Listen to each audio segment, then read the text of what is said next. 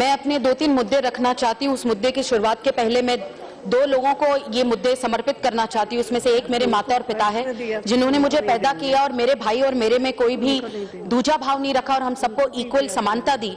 और दूसरी ऐसी महिला कुशल संगठक है। बहुत सारे राजा हो गए, इस देश को आगे बढ़ाया उन्होंने अध्यक्ष महोदया जी, लेकिन एक ऐसी बेटी जिसने अपने पिता की उम्मीदों को साकारा, पत्नी अपने पति का आदर्शों को ले गई, एक ऐसी कुशल संगठिता जो वीरता और ममता का ऐसा अद्भुत सम्मिश्रण है। Historian compares her to the queen Elizabeth I of England and Queen Catherine II of Russia. One such ruler was Holkar, queen of Malwa kingdom, लोक माता पुण्य श्लोक अहिल्याबाई होलकर। 1928 तक का इतिहास तो यहाँ पे बताया गया, लेकिन जो एक कुशल संगठिका थी, जो एक रानी थी, उनके बारे का इतिहास भी हम उनको नमन करके आगे बढ़ना चाहते हैं। मैं आपको धन्यवाद देना चाहती हूँ अध्यक्ष महोदया, आपने हमें एक अच्छा प्लेटफॉर्म दिया 5 और 6 तारीख को, जहाँ पे विमेन लेजिस्लेटर्स कॉन्क्लेव में हमने अच्छा काम किया। हमने अपने विचार सशक्त भारत के रूप से हम कैसे सशक्त महिला आगे बढ़ा सकती है, उस रूप से हमने काम किया। और प्रधानमंत्री जी ने वहां पे एक बहुत अच्छी सटीक बात कही कि विमेन एम्पावरमेंट ये बात ही गलत है। विमेन, महिला, ये शब्द आते ही सशक्तता, एम्पावरमेंट उस महिला से जुड़ती है, इसलिए women need not to be empowerment because they are already empowered. मैं इसमें 3 मुद्दे रखना चाहती हूँ क्योंकि आपने सस्टेनेबल डेवलपमेंट गोल नंबर 5 के बारे में बात कही। 3 मुद्दे बहुत जरूरी है जहां पे समानता हम ला सकते हैं। एक है मानसिक और शारीरिक। जब एम्पावरमेंट कहते हैं तो एम्पावरमेंट शब्द बाजू में करके हम उसको प्रगतिकरण कह सकते हैं, डेवलपमेंट कह सकते हैं। तो एक मानसिक शारीरिक प्रगतिकरण, हम सब जब एक माता और पिता तय करेंगे कि मेरा बेटा और बेटी समान होंगे, तो ही ये मानसिक और शारीरिक प्रगतिकरण आगे होगा। इसमें मैं इतना ही कहना चाहती हूँ, एक उदाहरण छोटा दूंगी।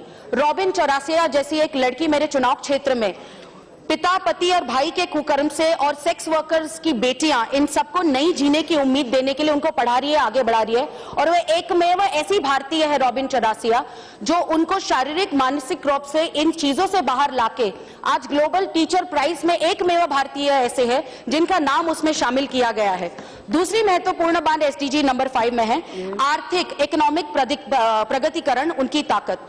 आज आप जानती है कि घर का कर्ता पुरुष होता है, लेकिन पैसा जब वो कमा के लाता है तो फिर महिला ही उसका सदुपयोग करती है और घर में उस रूप से उसका काम करती है। सो उस रीढ़ की हड्डी को, जब हम किसान को इस देश की रीढ़ की हड्डी कहते हैं, लेकिन जब किसान बीज डालने के लिए जब गड्ढा करता है तो महिला उसमें बीज डालती है, वो पानी डालती है। इस देश की व्हाइट रेवोल्यूशन हो या मिल्क की क्रांति हो, तो ही सिर्फ महिला ही इस क्रांति में आगे आई है। उसका भी एक छोटा उदाहरण दूंगी। प्रधानमंत्री जी ने संसद आदर्श ग्राम योजना में हम सबको छोटे छोटे गांव दिए, उसमें से एक गांव चारोटी जो मैंने लिया, पूरी तरह से आदिवासी पाड़ा, लेकिन वहां की सरपंच महिला है रंजना धापसी।